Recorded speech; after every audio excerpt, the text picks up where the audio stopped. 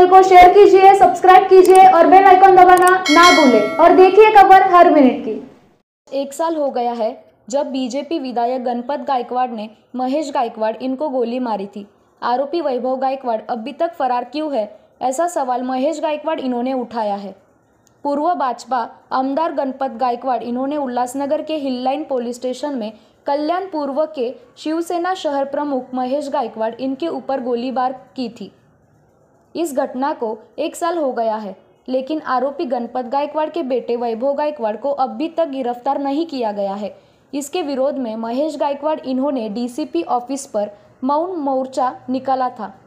फरार आरोपी वैभव को पुलिस द्वारा खोजते हुए 1 साल हो गया है और वह अभी भी फरार है, लेकिन अभी भी फरार घोषित नहीं किया गया है।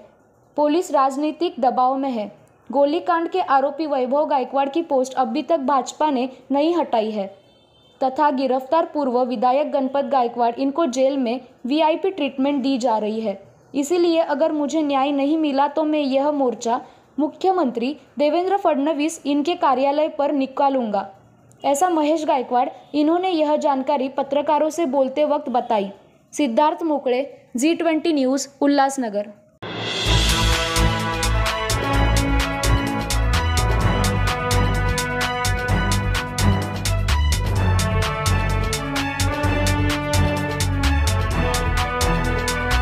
काय चर्चा झाली? मी डीसीपी साहेबांना आता निवेदन दिलेलं आहे की जसं बीडच्या धर्तीवरती ज्या पद्धतीने कायदा सुव्यवस्था मजबूत केलेली आहे तशी या ठिकाणी करण्यात यावी। SIT नेमावी, CID नेमावी, जेणेकरून या ठिकाणी आरोपींना कठोरात कठोर शिक्षा मिळेल। मी या ठिकाणी एवढंच म्हणेल की आज वर्ष पूर्ण झालेलं आहे आणि एक आरोपी फरार आहे जो मेन सूत्रधार आहे। वैभव गायकवाड हा भाजपाचा युवा मोर्चाचा पदाधिकारी आहे। आज आपण बघितलं तर बीडच्या धर्तीवरती कुठल्याही प्रकारचा पक्षपात न करता त्या ठिकाणी कारवाई चालू आहे। आज आपल्या महाराष्ट्रामध्ये म्हटलं जातं मुख्यमंत्री देवेंद्र फडणवीस संवेदनशील आहेत आणि ते अन्यायाविरोधात कठोर कारवाई करणारे असे मुख्यमंत्री आहेत। त्यांनी या कल्याण शहरामध्ये सुद्धा अशा पद्धतीचे कायदा सुव्यवस्था त्यांनी कठोर निर्माण करायला हवी, जेणेकरून न्याय मिळेल। मला वाटतं काय की आज गोळीबार जो झालेला आहे हा देश पातळीवरती पहिली घटना आहे की पोलीस स्टेशनमध्ये गोळीबार झालेला आहे आणि त्या गोळीबारामधून एक आरोपी फरार आहे आणि त्या गोळीबारामधून मी बचावलेलो आहे ईश्वराच्या कृपेने। आज दहशतीचं वातावरण या कल्याण शहरामध्ये आहे, जेणेकरून कारण की गुन्हेगार पार्श्वभूमी असलेल्या लोकांना असं वाटायला लागलं की कायदा सुव्यवस्था हा एकदम सैल आहे, कारण की आरोपी फरार आहेत। गणपत गायकवाड यांना VIP ट्रीटमेंट मिळाली जाते।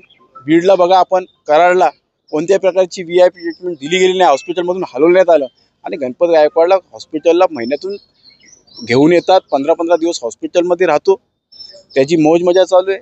ते हे कुठेतरी थांबलं पाहिजे। आज ज्या परिस्थितीमध्ये आम्ही समोरे जातोय हे अतिशय कल्याण पूर्वेसाठी लाजिरवाणी गोष्ट जाणवते। आज आम्ही हा मूक मोर्चा शांततेपणे या पोलीस स्टेशनमध्ये आणलेला आहे। असाच मूक मोर्चा जर न्याय मिळाला नाही तर आम्हाला न्याय हक्कासाठी कल्याण पूर्वेच्या वतीने आम्ही लोक मुख्यमंत्री गृहमंत्री फडणवीस साहेबांच्या दालनात आम्हाला न्यायासाठी जावं लागणार आहे। डीसीपी सरांनी यावेळेस आता काय आश्वासन दिलेलं आहे आपल्याला? डीसीपी साहेबांनी सांगितलेलं की आम्ही माझ्या वरिष्ठांना कळवणार आणि जलद गतीने कारवाई करून त्या आरोपीला पकडण्यात येईल अशा पद्धतीचं मी माझ्या वरिष्ठांना सांगणार आहे।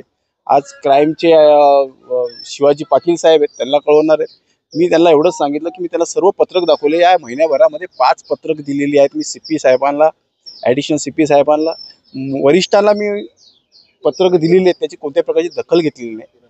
मला वाटतं येणाऱ्या काळामध्ये हे कल्याण शहरासाठी घातक ठरणारे गुन्हेगारी पार्श्वभूमी मोठ्या प्रमाणात वाढणार आहे जर अशा प्रकारचा जर न्याय मिळाला नाही। या पोलीस स्टेशनमध्ये गोळीबार होतोय, त्या ठिकाणी आरोपी तिथून फरार होते पोलीस स्टेशनमधून आणि त्यांच्या गाड्या सुद्धा जप्त केलेल्या नाही, त्यांची कोणत्या प्रकारची संपत्ती जप्त केलेली नाही आणि लुकआउट नोटीस साधी काढलेली नाही।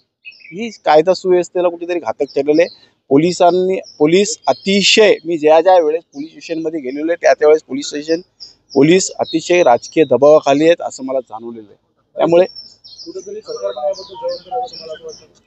जर कायदा सुव्यवस्था सांभाळली नाही, कठोरात कठोर एखाद्या आरोपीला शिक्षा शासन झालं नाही तर सरकारच जबाबदार ठरलं जात आहे. ही महाराष्ट्राची आपल्या गेल्या अनेक वर्षापासून प्रथा आहे.